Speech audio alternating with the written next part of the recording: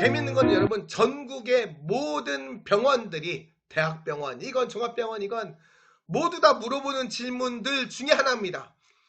기출문제 다 들어있는 질문들이 있죠, 몇 개가. 제가 생각할 때는 좋은 간호사는 어떤 간호사냐, 좋은 간호는 뭐냐, 또 간호사에게 필요한 자질은 뭐라고 생각하냐, 이런 간호관, 간호철학 이런 것도 기본 질문이고요. 첫 월급 받으면 뭐 하고 싶냐, 이런 질문들도 있겠죠. 살면서 가장 어려웠던 게 뭐냐, 이런 것들도 가장 기본 질문입니다. 근데 이것도 기본 질문이에요. 선배 간호사가 태우면 어떻게 할 것이냐, 또는 어, 그만두고 싶은 상황이 생기면 어떻게 할 거냐, 이런 식으로 물어봅니다. 여러분, 면접관의 이 질문에 면접관은 어떤 답변을 듣고 싶겠어요? 당연히 저는 어떠한 경우라도 쉽게 그만두지 않습니다. 제가 부족하면 10배, 20배 더 노력할 준비가 되어 있습니다. 그리고 저는 자신 있습니다. 이렇게 이야기를 듣고 싶을 겁니다. 그러니까 태움은 어떻게 할 거냐, 이 태움에 대해서 그렇게 여러분 고민할 필요가 없습니다.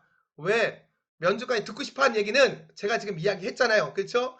저에게 부족함이 있다면 그 부족함을 저는 빠른 시간 안에 모두 다 메꾸기 위해서 더 많은 노력할 준비가 되어 있고, 그런 자신을 갖고 저는 입사합니다. 이런 이야기, 오히려 질문은 이렇지만 뒤집기를 잘 사용하면요, 나의 자신감을 아주 적극적으로 어필할 수 있는 좋은 답변을 할 수 있다는 얘기입니다.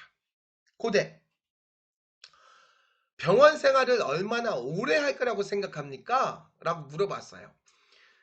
이 질문에 가장 안 좋은 답변이라면 제가 어느 병원에서 하든지 30년 하겠습니다, 이런 눈치 없는 거죠. 왜?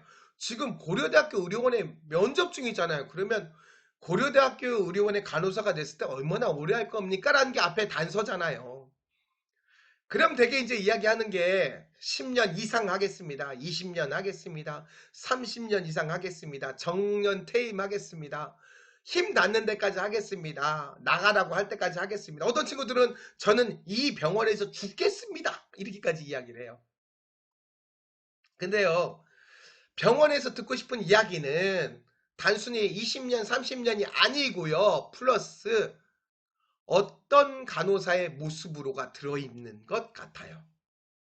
얼마나 오래 할 거라고 생각합니까? 저는 신규로선 우리 선배님들께 부지런함을 인정받는 간호사가 되고 싶습니다. 또 선배가 되면 후배들에게 가장 보고 배울 게 많은 롤모델 삼고 싶은 간호사의 모습으로 일하겠습니다. 그런 모습으로 제 목표는 30년 근무하는 겁니다. 이렇게 이야기를 해줘야 병원에서 가장 듣고 싶은 이야기가 아닐까요? 또 병원에서는 어떤 이야기를 듣고 싶을까요? 아마도 연차가 돼서 제게 기회가 생긴다면 프리세터 자원에서 후배 간호사들이 병원 생활 적응하는데 가장 도움을 많이 줄 수 있는 그런 간호사가 되고 싶습니다, 이런 얘기도 듣고 싶을 것 같아요. 또 단순히 간호부장 하겠습니다, 이게 아니라 간호부 관리자가 된다면 병원의 발전과 또 환자를 위해 헌신할 수 있는 역량 있는 후배들을 제가 직접 키워보고 싶습니다, 이런 식으로 이야기하면 너무 괜찮죠. 자, 여러분이 답변할 때는 단순히 내가 얼마 하겠다라는 건 내 욕심 같지만, 병원에서 듣고 싶은 얘기는 병원을 위해서 얼마나 플러스 어떻게 일할 건지를 물어보는 질문이다라고 이해하는 게 맞겠습니다. 나는 몇 점짜리 인간이라고 생각합니까? 자, 이러면 내용은 비슷해요. 들어보세요. A 지원자. 저는 10점 만점에 7점짜리 인간입니다. 4년 동안 최선을 다해서 많은 준비를 했습니다. 하지만 아직 부족한 것들이 있습니다. 이 부족한 거는 제가 계명대학교 동산병원 간호사가 돼서 열심히 근무하고 배워서 10점 만점에 10점을 채우도록 하겠습니다. B 지원자. 저는 100점 만점에 100점을 주겠습니다. 저 4년 동안 정말 열심히 공부했습니다. 하지만 아직 부족한 게 있습니다. 그래도 10점 만점 줄 수 있는 이유는 제가 이 동산병원의 간호사가 돼서 열심히 배우고 익혀서 병원의 발전에 도움을 줄 수 있고 환자를 위해 헌신하는 그런 간호사가 될 수 있을 거라는 꿈과 그런 기대가 되기 때문입니다. 본 내용은 비슷해요. 하지만 어떤 친구는 10점 만점에 7점을 이야기했고요. 어떤 지원자는 100점 만점에 100점을 이야기했습니다. 여러분이 평가자라면 누구에게 점수를 더 주겠어요? 내용은 비슷하지만 10점에 7점보다는 100점에 100점이 자신감이 훨씬 넘치고요.